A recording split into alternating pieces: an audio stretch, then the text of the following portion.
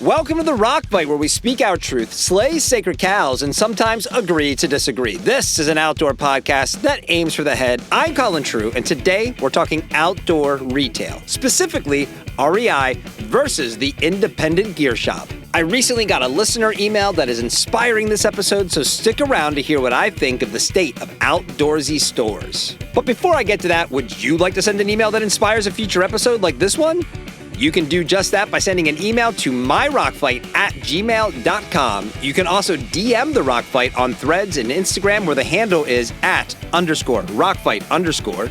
And while we're here, please, right now, if you haven't already, click follow to subscribe to the Rockfight, as well as leave us a 5-star rating wherever you're listening to this podcast. Thank you for supporting the show.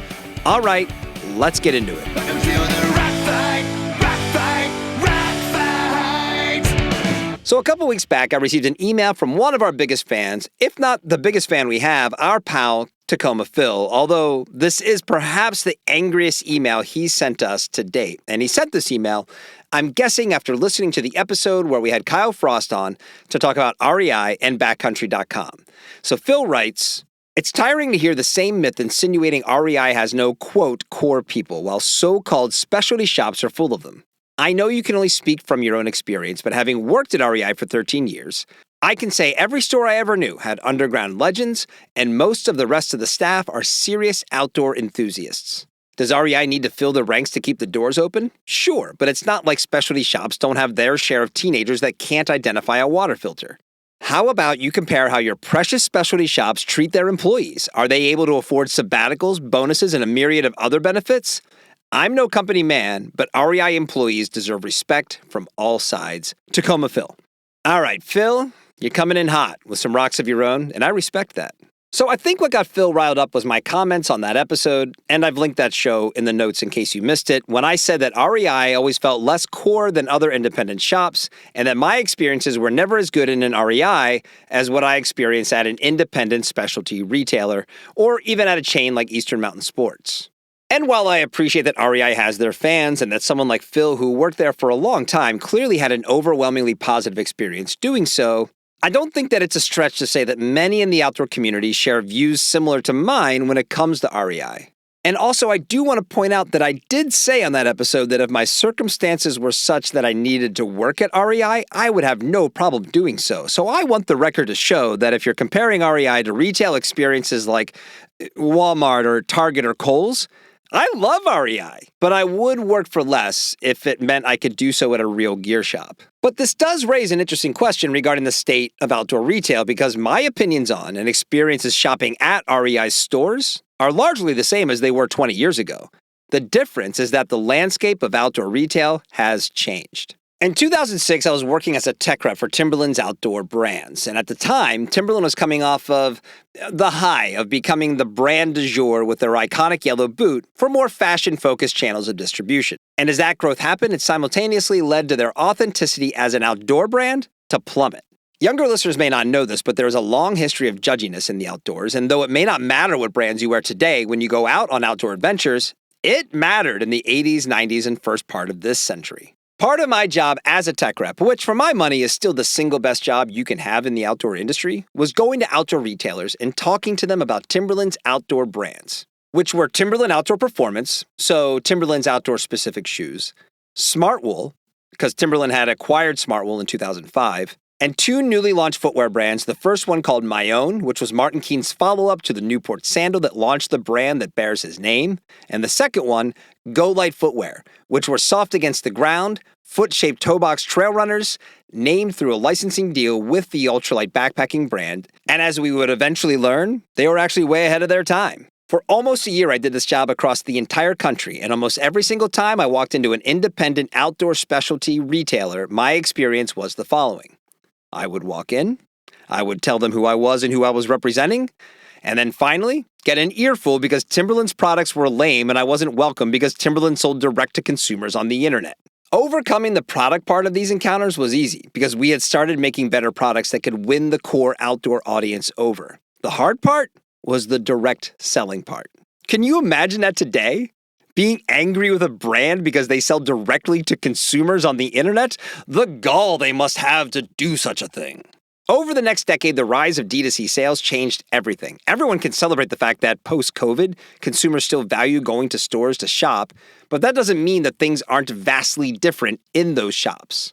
And the biggest difference the internet hath wrought on the retail landscape is convenience. There used to be a retail equalizer for any item you wanted to buy called driving to the store. No matter what you wanted or where you wanted to get it, you had to go to a store in order to get it. So fast forward to today, when you mostly don't have to drive anywhere and you can still get what you want, retailers need to have a real reason for people to get off of their asses and walk through the front door.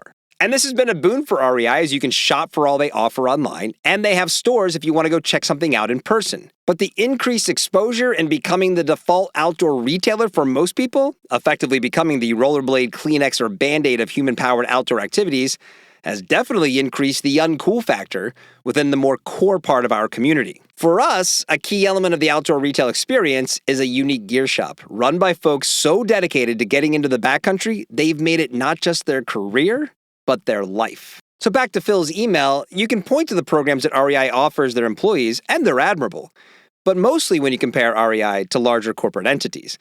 Perhaps specialty dealers can't lay claim across the board to formal sabbatical programs or bonuses, but they absolutely exist. And yeah, you may find the occasional part-time teenager in a shop that doesn't know about some piece of gear, but the difference is that the vast majority of staff in these stores are the hardest of the hardcore. The owners are typically in the store all of the time, and the smaller amount of staff mean that there are just more knowledgeable folks in these stores at any given time when you compare them to a typical big box location. So the clock-punching teenager is likely going to have a deeper bench to answer your questions than they would at not only REI, but also a Public Lands, Academy, or Sports Chalet. Because when you're up against the internet and chain stores that offer a lot of what you already offer, the biggest and only difference you can really offer is the customer experience. I mean, this is why I was so critical of Eastside Sports and Bishop this past summer, an experience I spoke about with Justin Hausman here on The Rock Fight.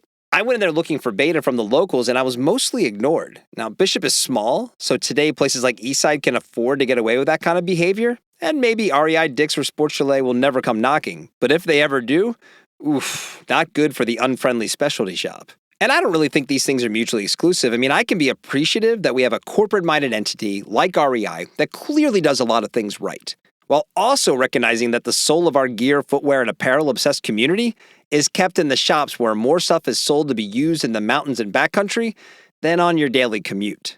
And there's a lot to unpack here, and this is something I'm hoping to return to even more in the coming years. Specialty outdoor retailers have long been regarded as the tastemakers of the human-powered outdoor industry, and that hasn't changed. The brands tend to get the attention, but it's the folks on the ground that actually make it happen. And like I said, the in-store experience is more important than ever, given the way the competitive landscape has changed. But thank you, Phil, for your email and passion when it comes to REI. Knowing you spent 13 years there and you feel defensive of the brand and the company, that speaks volumes about REI as an organization. And for the rest of you, well, Rockfight Army, here's a call to action. Tell me about your local gear shop. Where do you get your outdoor stuff? What shop do you go to just hang out there, even when you don't need anything? Is your local shop at REI? What makes your shop worth visiting?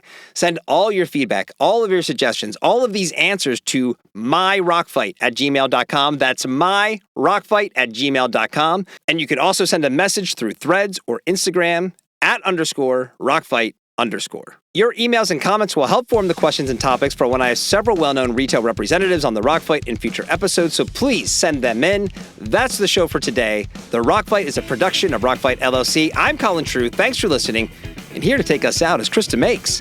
He's going to play and perform a very special version of the Rock Fight fight song right now. We'll see you next time, Rock Fighters. Rock Fight!